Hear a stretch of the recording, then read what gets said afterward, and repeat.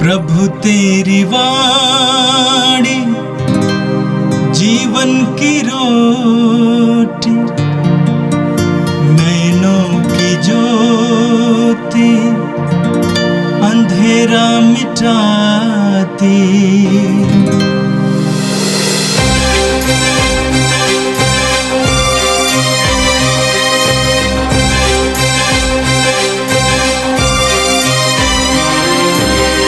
प्रभु तेरी वाणी जीवन की रोटी, नैनों की ज्योति अंधेरा मिटाती। प्रभु तेरी वाणी जीवन की रोटी, नैनों की ज्योति अंधेरा मिटाती। वाणी वाणी वाणी वाणी वाणी पवित्र है, शाश्वत है, जीवन का मन्ना है। 10 मार्च शुक्रवार।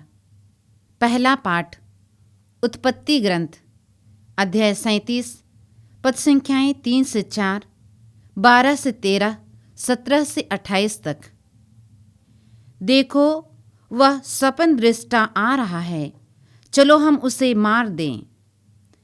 इस्राएल अपने सब दूसरे पुत्रों से यूसुफ को अधिक प्यार करता था, क्योंकि वह उसके बुढ़ापे की संतान था। उसने यूसुफ के लिए एक सुंदर कुर्ता बनवाया था। उसके भाइयों ने देखा कि उसका पिता हमारे सब भाइयों से यूसुफ को अधिक प्यार करता है, इसलिए वे उससे बैर करने लगे और उससे अच्छी तरह बात भी नहीं करते थे। यूसुफ के भाई अपने पिता की भेड़ बकरियां चराने सिखेम गए थे। इस्राएल ने यूसुफ से कहा, तुम्हारे भाई सिखेम में भेड़ चरा रहे हैं, मैं तुमको उनके पास भेजना चाहता हूँ। यूसुफ अपने भाइयों की खोज में निकला और उनको दोतान में पाया। उन्होंने उसे दूर से आते देखा था और उसके पहुंचने से पहले ही वे उसे मार डालने का षड्यंत्र रच रहे थे। उन्होंने एक दूसरे से कहा, देखो, वह स्वप्न दृष्टा आ रहा है, चलो हम उसे मारकर किसी कुएं में फेंक दें। हम यह कहेंगे कि कोई हिंसक पशु उसे खा गया है, तब हम देखेंगे कि उसके स्वप्न उसके किस काम आते हैं। रूबेन यह सुनकर उसे उनके हाथों से बचाने के उद्देश्य से बोला, हम उसकी हत्या ना करें। तब रूबेन ने फिर कहा, तुम उसका रक्त नहीं बहाओगे, उसे मरुभूमि के कुएं में फेंक दो, किंतु उस पर हाथ मत लगाओ। वह उसे उनके हाथों से बचाकर पिता के पास पहुंचा देना चाहता था।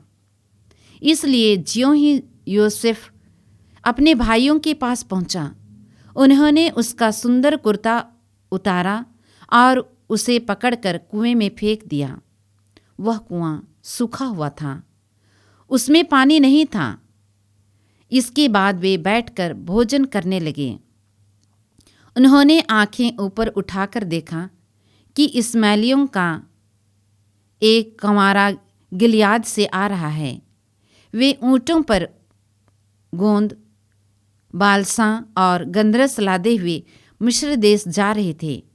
तब यूदा ने अपने भाइयों से कहा, अपने भाइयों को मारने और उसका रक्त छिपाने से तब यूदा ने अपने भाइयों से कहा, अपने भाई को मारने और उसका रक्त छिपाने से हमें क्या लाभ होगा? आओ, हम उसे इस्माइलियों के हाथ बेच दें और उस पर हाथ नहीं लगाएं, क्योंकि वह तो हमारा भाई और हमारा रक्त संबंधी भाई है। उसके भाइयों ने उसकी बात मान ली। उस समय मिद्यानी व्यापारी उधर से निकले। उन्होंने यूसुफ को कुएं में से निकाला और उसे चांदी की 20 सिक्कों में इस्माइलियों के हाथ बेच दिया और वे यूसुफ को मिस्र देश ले गए। यह प्रभु की वाणी है। संत मत्ती के अनुसार पवित्र सुसमाचार अध्याय 21 वाक्य 33 से 46 तक। यीशु ने कहा, एक दूसरा दृष्टांत सुनो। किसी भूमिधर ने दाख की बारी लगवाई, उसके चारों ओर घेरा बनवाया, उसमें रस का कुंड खुदवाया और पक्का मचान बनवाया। तब उसे असामियों को पट्टे पर देकर वह परदेश चला गया। फसल का समय आने पर उसने फसल का हिस्सा वसूल करने के लिए असामियों के पास अपने नौकरों को भेजा। किंतु असामियों ने उसके नौकरों को पकड़कर उनमें से किसी को मारा पीटा, किसी की हत्या कर दी और किसी को पत्थरों से मार डाला। इसके बाद उसने पहले से अधिक नौकरों को भेजा और असामियों ने उनके साथ भी वैसा ही किया। अंत में उसने यह सोचकर अपने पुत्र को उनके पास भेजा कि वे मेरे पुत्र का आदर करेंगे। किंतु पुत्र को देखकर असामियों ने एक दूसरे से कहा, ये तो उत्तराधिकारी है, चलो हम इसे मार डालें और इसकी विरासत पर कब्जा कर लें। उन्होंने उसे पकड़ लिया और दाखबारी से बाहर निकालकर मार डाला। जब दाखबारी का स्वामी लौटेगा तो वह उन असामियों का क्या करेगा? उन्होंने ईसा से कहा, वह उन दुष्टों का सर्वनाश करेगा और अपने दाखबारी का पट्टा दूसरे असामियों को देगा, जो समय पर फसल का हिस्सा देते रहेंगे। ईसा ने उनसे कहा, क्या तुम लोगों ने धर्म ग्रंथ में कभी यह नहीं पढ़ा, कारीगरों ने जिस पत्थर को बेकार समझकर निकाल दिया था, वही कोने का पत्थर बन गया है। यह प्रभु का कार्य है, यह हमारी दृष्टि में अपूर्व है। महायाजक और फरीसी उनके दृष्टांत सुनकर समझ गए कि वह हमारे विषय में कह रहे हैं। वे उन्हें गिरफ्तार करना चाहते थे, किंतु वे जनता से डरते थे, क्योंकि वह ईसा को नबी मानती थी। यह प्रभु का दिव्य सुसमाचार है। क्रिस्त प्रभु की जय। मेरे प्रिय भाई और बहनों, आज का पहला पाठ उत्पत्ति ग्रंथ के अध्याय 37 से लिया गया था। आज के पाठ में आपने यूसुफ के वृत्तांत का पहला हिस्सा सुना। इब्राहिम का बेटा था इसहाक और इसहाक के दो बेटे थे, एसाव और याकूब। और याकूब के 12 बेटे थे। उनमें से सबसे छोटा था यूसुफ, जो याकूब के बुढ़ापे का बेटा था। इसलिए यूसुफ को याकूब बहुत प्यार करते थे। वचन में आज आपने सुना, इस्राएल यानी याकूब अपने सब दूसरे पुत्रों से यूसुफ को अधिक प्यार करता था, क्योंकि वह उसके बुढ़ापे की संतान था। उसने यूसुफ के लिए एक सुंदर कुर्ता बनवाया। उसके भाइयों ने देखा कि हमारा पिता हमारे सब भाइयों से यूसुफ को अधिक प्यार करता है, इसलिए वे उससे बैर करने लगे और उससे अच्छी तरह बात भी नहीं करते थे।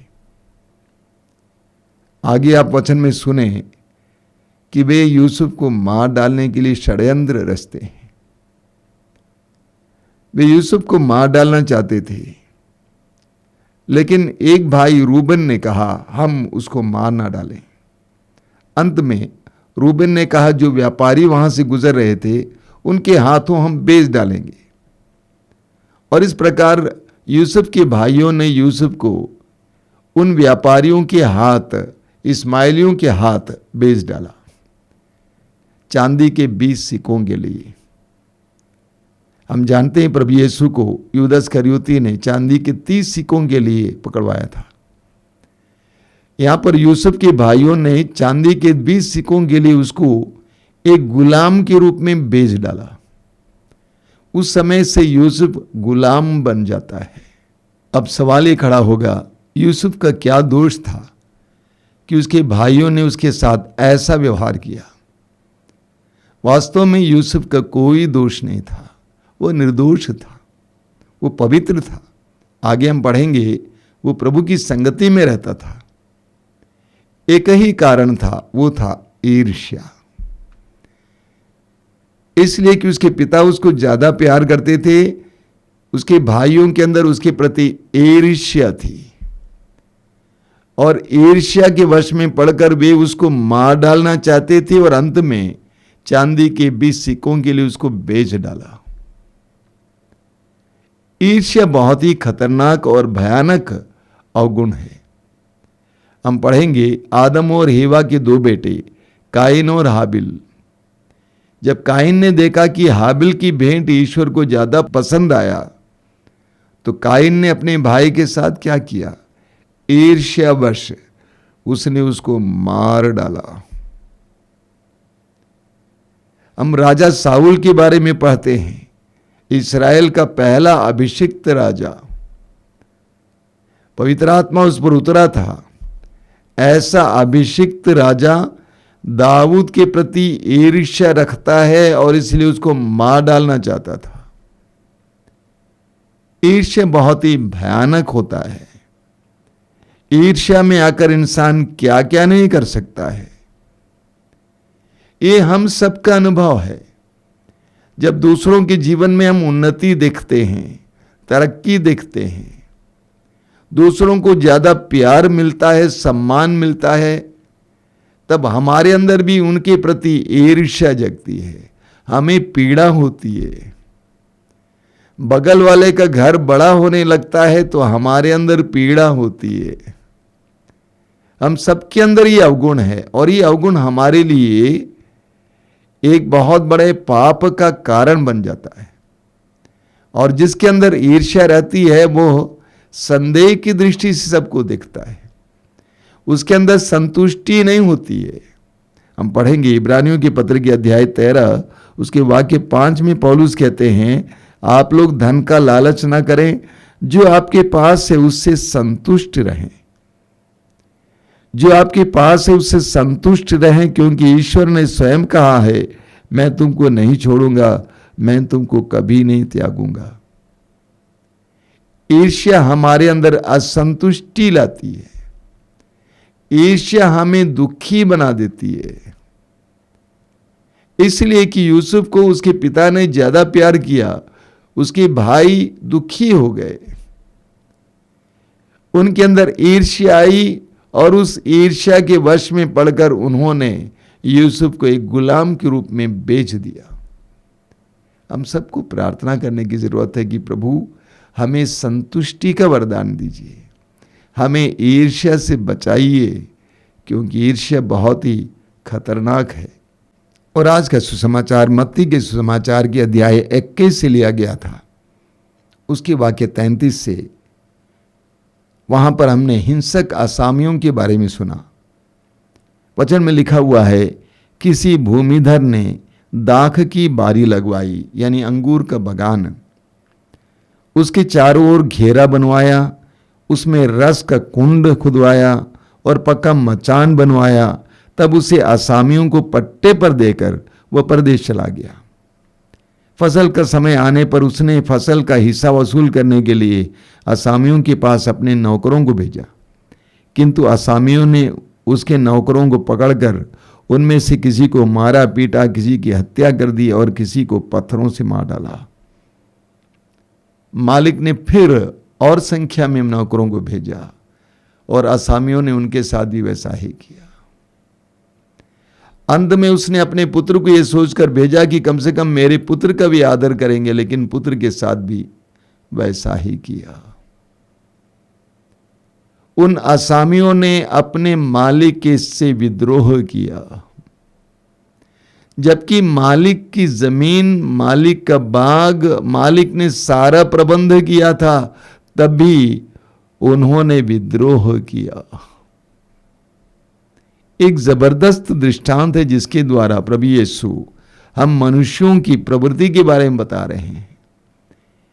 इस्यास नबी ग्रंथ के अध्याय 1 और उसके वाक्य 2 और 3 में प्रभु कहते हैं, आकाश सुनो, पृथ्वी ध्यान दो, क्योंकि प्रभु बोला है। प्रभु क्या बोल रहे हैं? मैंने पुत्रों का पालन पोषण किया, किंतु उन्होंने मेरे विरुद्ध विद्रोह किया है। मैंने पुत्रों का पालन पोषण किया, किंतु उन्होंने मेरे विरुद्ध विद्रोह किया है। बैल अपने मालिक को पहचानता है, गधा अपने मालिक की नाद जानता है, किंतु इस्राएल नहीं जानता, मेरी प्रजा नहीं समझती। इस्राएल नहीं जानता और मेरी प्रजा मुझे नहीं जानती। ईश्वर ने सब कुछ दिया, लेकिन उस ईश्वर को देने के लिए उनके पास कुछ नहीं है। ईश्वर से विद्रोह करते हैं। यिर्मयाह नबी की ग्रंथ की अध्याय 2 उसके वाक्य 13 में प्रभु कहते हैं, मेरी प्रजा ने 2 अपराध कर डाले। उसने मुझे संजीवन जल के स्रोत को त्याग दिया और अपने लिए ऐसे कुंड बनाए जिनमें दरारें हैं और जिनमें पानी नहीं ठहरता। प्रभु कहते हैं, मेरी प्रजा ने 2 अपराध कर डाले। पहला मेरा परित्याग किया और दूसरा अपने लिए एक ऐसा कुंड बनाया जिसमें दरारें हैं और पानी नहीं ठहरता है। ये दृष्टांत पूरी तरह से प्रभु यीशु, उनकी शिक्षाएं और उनकी मृत्यु से जुड़ा हुआ दृष्टांत है। यहूदी धर्मगुरुओं ने यीशु का विद्रोह किया। ईश्वर ने अपने संदेश को देकर नबियों को उनके पास भेजा। उन्होंने नबियों पर अत्याचार किया, कुछ को मार भी डाला। अंत में ईश्वर ने अपने पुत्र को संसार में भेजा, यीशु को संसार में भेजा, लेकिन यहूदी धर्मगुरुओं ने उनको भी नहीं बख्शा। उनको पकड़कर मरवा डाला, विद्रोह किया। ये प्रभु यीशु के प्रतिदिन का अनुभव था। उन्होंने यहूदी धर्मगुरुओं के विरोध का सामना किया। वे उन पर अत्याचार करना चाहते थे, उनको मार डालना चाहते थे, षड्यंत्र रचते थे, लेकिन जनता के डर से वे ऐसे कर नहीं पाते थे। लेकिन यीशु जानते थे कि उनका भविष्य कैसे होने वाला है, उनके साथ वे कैसा व्यवहार करने वाले हैं। यही कारण है सुसमाचार में आप बार बार पढ़ेंगे कि प्रभु यीशु ने अपने शिष्यों से कहा कि मुझे यातनाएं झेलनी होंगी और मार डाला जाना होगा। यही कारण है कि प्रभु यीशु ने यह दृष्टांत शास्त्रियों और फरीसियों के सामने रखा, और शास्त्री और फरीसी समझ गए कि ये हमारे बारे में कह रहे हैं, और उनको मार डालने के लिए षड्यंत्र रचना चाह रहे थे, लेकिन वे लोगों से डरते थे। मेरे प्रिय भाई और बहनों, क्या हम भी फरीसी और यहूदियों से अलग हैं, भिन्न हैं? ईश्वर ने हमें सब कुछ दिया है। 1 कुरिन्ती अध्याय 4 वाक्य 7 में संत पौलुस कहते हैं कि आपके पास क्या है जो आपको दिया नहीं गया है? हमारे पास जो कुछ है सब ईश्वर का दिया हुआ है। इसके बावजूद ईश्वर को देने के लिए हम कितना संकोच करते हैं, समय देने के लिए कितना संकोच करते हैं, ऊर्जा देने के लिए कितना संकोच करते हैं, धन देने के लिए कितना संकोच करते हैं, ईश्वर की सेवा करने के लिए कितना संकोच करते हैं। हम भी उन असामियों की तरह हैं। जबकि ईश्वर ने सब कुछ दिया है, हम भी कभी कभी असामियों की तरह बर्ताव करते हैं। ईश्वर का हक ईश्वर को देने से इनकार करते हैं। प्रभु यीशु ने कहा, जो ईश्वर का है वो ईश्वर को दो, और जो कैसर का है वो कैसर को दो। जो ईश्वर का है वो ईश्वर को दो, और जो राजा का है राजा को दो। हमें आज इस सुंदर दृष्टांत से प्रभु ये बताते हैं कि तुम उनकी तरह नहीं बनना। जिस ईश्वर ने तुम्हारे लिए सब कुछ का प्रबंध किया, जिस ईश्वर ने तुम्हें सब कुछ दिया, उस ईश्वर के प्रति वफादार बने रहो, कृतज्ञ बने रहो। उस ईश्वर की वाणी सुनो, उसके आदेश का पालन करो। आइए हम प्रार्थना करें। प्रभु यीशु, हम तुझे धन्यवाद देते हैं तेरे पवित्र वचनों के लिए। तूने हमें सिखाया है कि हमें अपने आप को ईश्वर के प्रति समर्पित करना है। क्रूस पर से तूने कहा कि हे पिता, मैं अपनी आत्मा को तेरे हाथों में समर्पित करता हूं। हमें भी समर्पण का वरदान दीजिए। हम ईश्वर से लेने के लिए तत्पर रहते हैं, लेकिन देने के लिए संकोच करते हैं। हमें देना सिखा। जो ईश्वर का है वो ईश्वर को देने के लिए, और जो राजा का राजा को देने के लिए हमें न्याय का ज्ञान दे। ए प्रभु यीशु, इन वचनों को सुनने वाले मेरे भाई बहनों को आशीर्वाद देना। आज का संपूर्ण दिन उनके लिए आशीष का दिन बने। हमारी इस प्रार्थना को ग्रहण कर, आमीन। प्रभु तेरी वाणी जीवन की रोटी, नैनों की ज्योति अंधेरा मिटाती। वाणी वाणी वाणी वाणी वाणी